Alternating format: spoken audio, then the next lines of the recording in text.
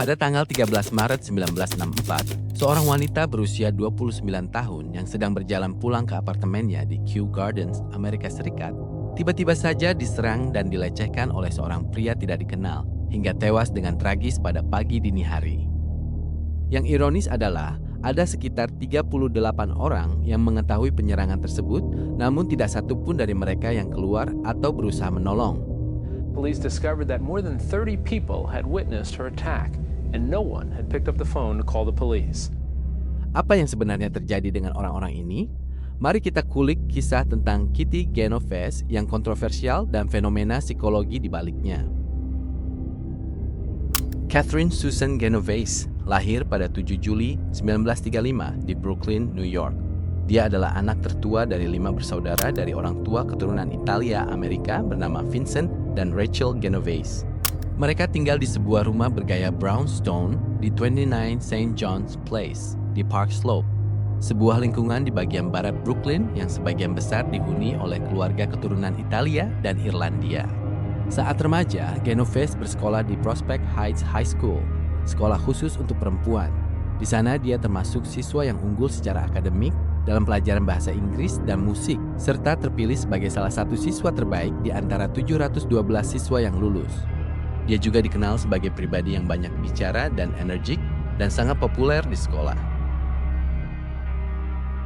Pada tahun 1954, ibunya menyaksikan pembunuhan mengerikan yang mendorong keluarga mereka untuk pindah ke New Canaan, Connecticut. Namun Genovese yang saat itu baru lulus dari sekolah menengah memutuskan untuk tidak ikut dengan keluarganya ke pinggiran kota dan tetap tinggal di kota bersama kakek dan neneknya untuk mempersiapkan pernikahannya dengan pria bernama Rocco Anthony Fasolare. Mereka kemudian menikah pada 31 Oktober 1954. Namun pernikahan mereka tidak berlangsung lama. Tidak lama keduanya bercerai pada 1956 setelah diketahui bahwa Genovese ternyata adalah seorang penyuka sesama jenis. Pada akhir 1950-an, Genovese pindah ke apartemennya sendiri di Brooklyn dan mulai bekerja sebagai bartender setelah sebelumnya dia bekerja sebagai sekretaris yang dirasanya tidak menarik. Pada Agustus 1961, Genovese ditangkap karena judi ilegal. Dia dan temannya, Di Guarnieri, menerima taruhan balap kuda dari pengunjung bar dan didenda $50 serta kehilangan pekerjaannya. Pada 13 Maret 1963, Genovese bertemu dengan Mary Ann Zilonko di Swing Rendezvous, sebuah bar khusus wanita bawah tanah di Greenwich Village. Keduanya kemudian jatuh cinta dan akhirnya memutuskan untuk tinggal bersama. Mereka menyewa apartemen di lantai 2 di sebuah gedung 2 lantai di dekat Long Island Railroad, Kew Gardens, Queens. Apartemen ini menjadi tempat terakhir Genovese tinggal sebelum tewas ditikam. Apa yang sebenarnya terjadi dengannya pada malam itu? Sekitar pukul 2.30 pagi pada 13 Maret 1964, Genovese mulai berkendara pulang ke apartemennya di Kew Gardens. Dia ingin segera bertemu dengan pacarnya pada peringatan 1 tahun hubungan mereka. Di lampu lalu lintas di Hoover Avenue, Genovese pertama kali terlihat oleh Winston Moseley saat dia duduk di mobilnya yang terparkir. Moseley adalah seorang pria berusia 28 tahun yang bekerja sebagai operator kartu data di perusahaan mesin. Dia keluar meninggalkan istri dan 2 anaknya yang sedang tidur di rumah mereka di South Ozone Park, Queens, sekitar pukul 1 pagi. Dia yang saat itu sudah berkeliling selama berjam-jam dengan sebuah pisau berburu di sakunya sambil mencari korban. Dan tepat saat dia hampir menyerah, dia melihat Genovese sekitar pukul 3 pagi. Sekitar 45 menit sejak dia meninggalkan bar, Genovese tiba di rumah dan memarkir mobilnya di area parkir Kew Gardens di sebuah gang yang hanya beberapa langkah dari pintu depan gedung apartemennya. Ketika dia sedang berjalan menuju apartemennya, Moseley keluar dari kendaraannya yang diparkir di halte bus di Austin Street. Moseley mendekati Genovese dengan pisau berburu di tangannya. Genovese yang sadar ada yang mengikutinya mencoba berlari menuju bagian depan gedung. Tapi sebelum dia bisa mencapai depan gedung, Moseley dengan cepat menyusulnya dan menikam punggungnya 2 kali.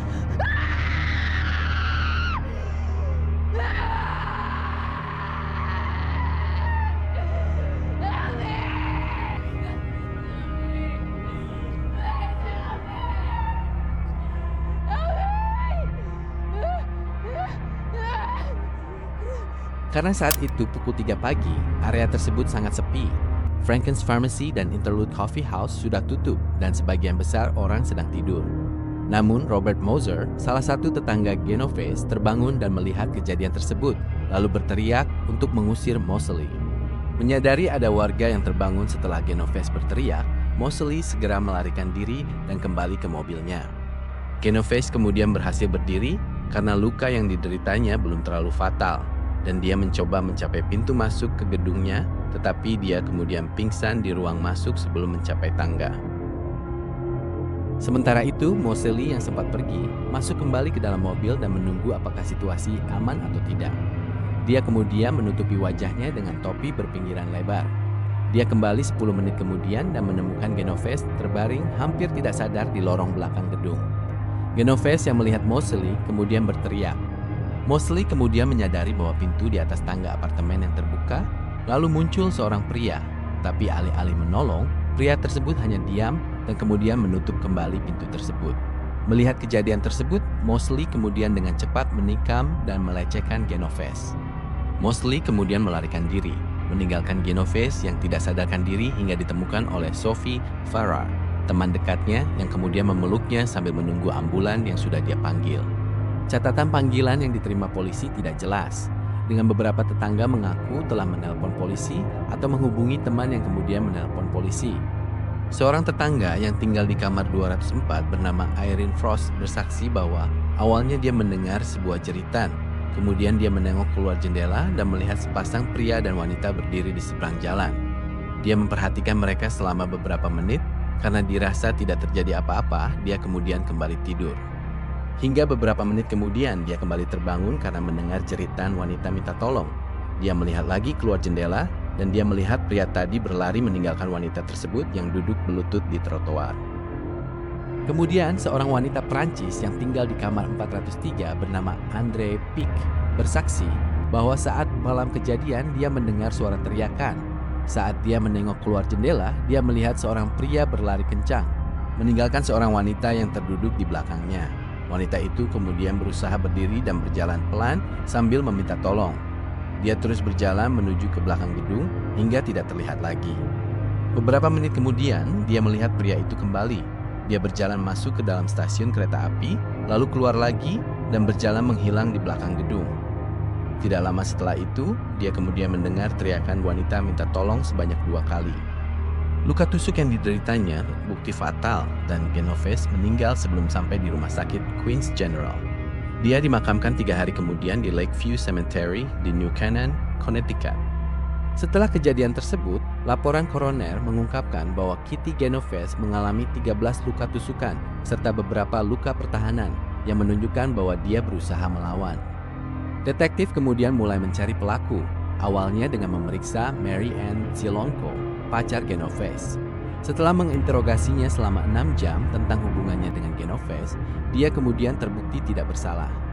Hanya 6 hari setelah pembunuhan brutal tersebut, Moseley ditangkap, tapi bukan karena kasus Genoves, melainkan karena dugaan perampokan di Ozone Park, Queens, setelah sebuah televisi ditemukan di bagasi mobil Chevrolet Corvair putih miliknya. Namun, seorang detektif teringat bahwa ciri-ciri yang dimiliki Moseley mirip dengan pelaku yang dilaporkan oleh saksi dalam kasus pembunuhan Genoves. Saat diinterogasi, Moseley mengakui telah membunuh Genoves.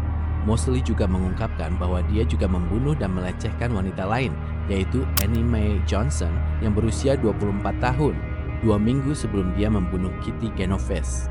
Dia mendekati Annie saat dia keluar dari mobilnya yang terparkir di depan rumahnya pada malam hari. Dia menembak Annie sebanyak 4 kali di bagian perut, lalu dia menyeretnya masuk ke dalam rumah, melecehkannya, lalu kemudian membakar rumah tersebut beserta orang di dalamnya.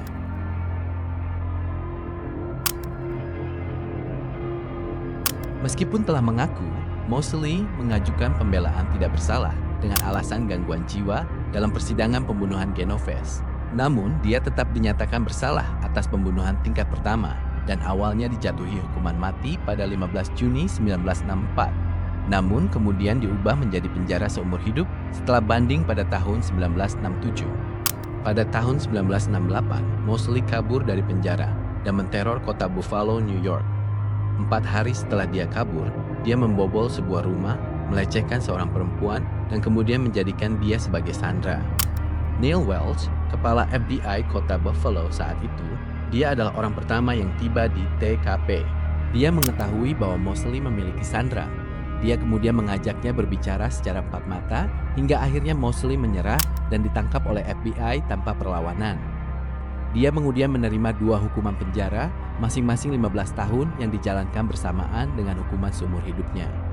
Mosley meninggal di usia 81 tahun pada 4 April 2016. Dia menjalani hampir 52 tahun hukuman sebelum meninggal di sebuah penjara dengan keamanan maksimum bernama Clinton Correctional Facility di Dannemora, New York.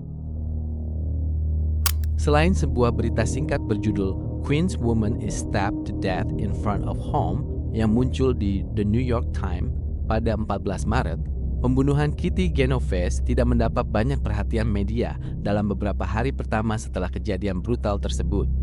2 minggu kemudian, Komisaris Kota New York, Michael J. Murphy, memberitahu editor Times, Abraham Rosenthal, tentang pembunuhan itu, yang akhirnya mendorong media besar tersebut untuk membuat laporan lebih mendalam.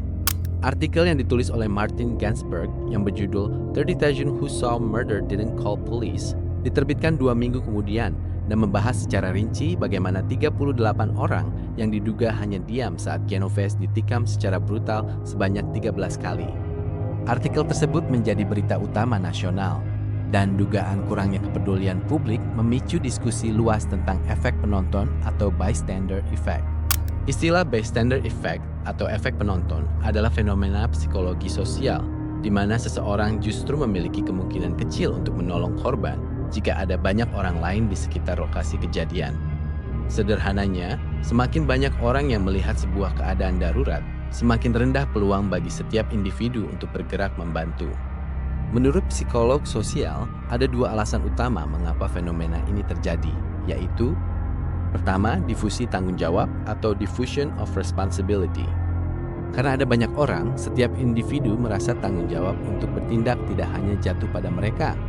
Mereka berpikir pasti ada orang lain yang akan menelpon polisi atau ambulan. Sebagai contoh, kalian pasti pernah melihat sebuah kecelakaan lalu lintas.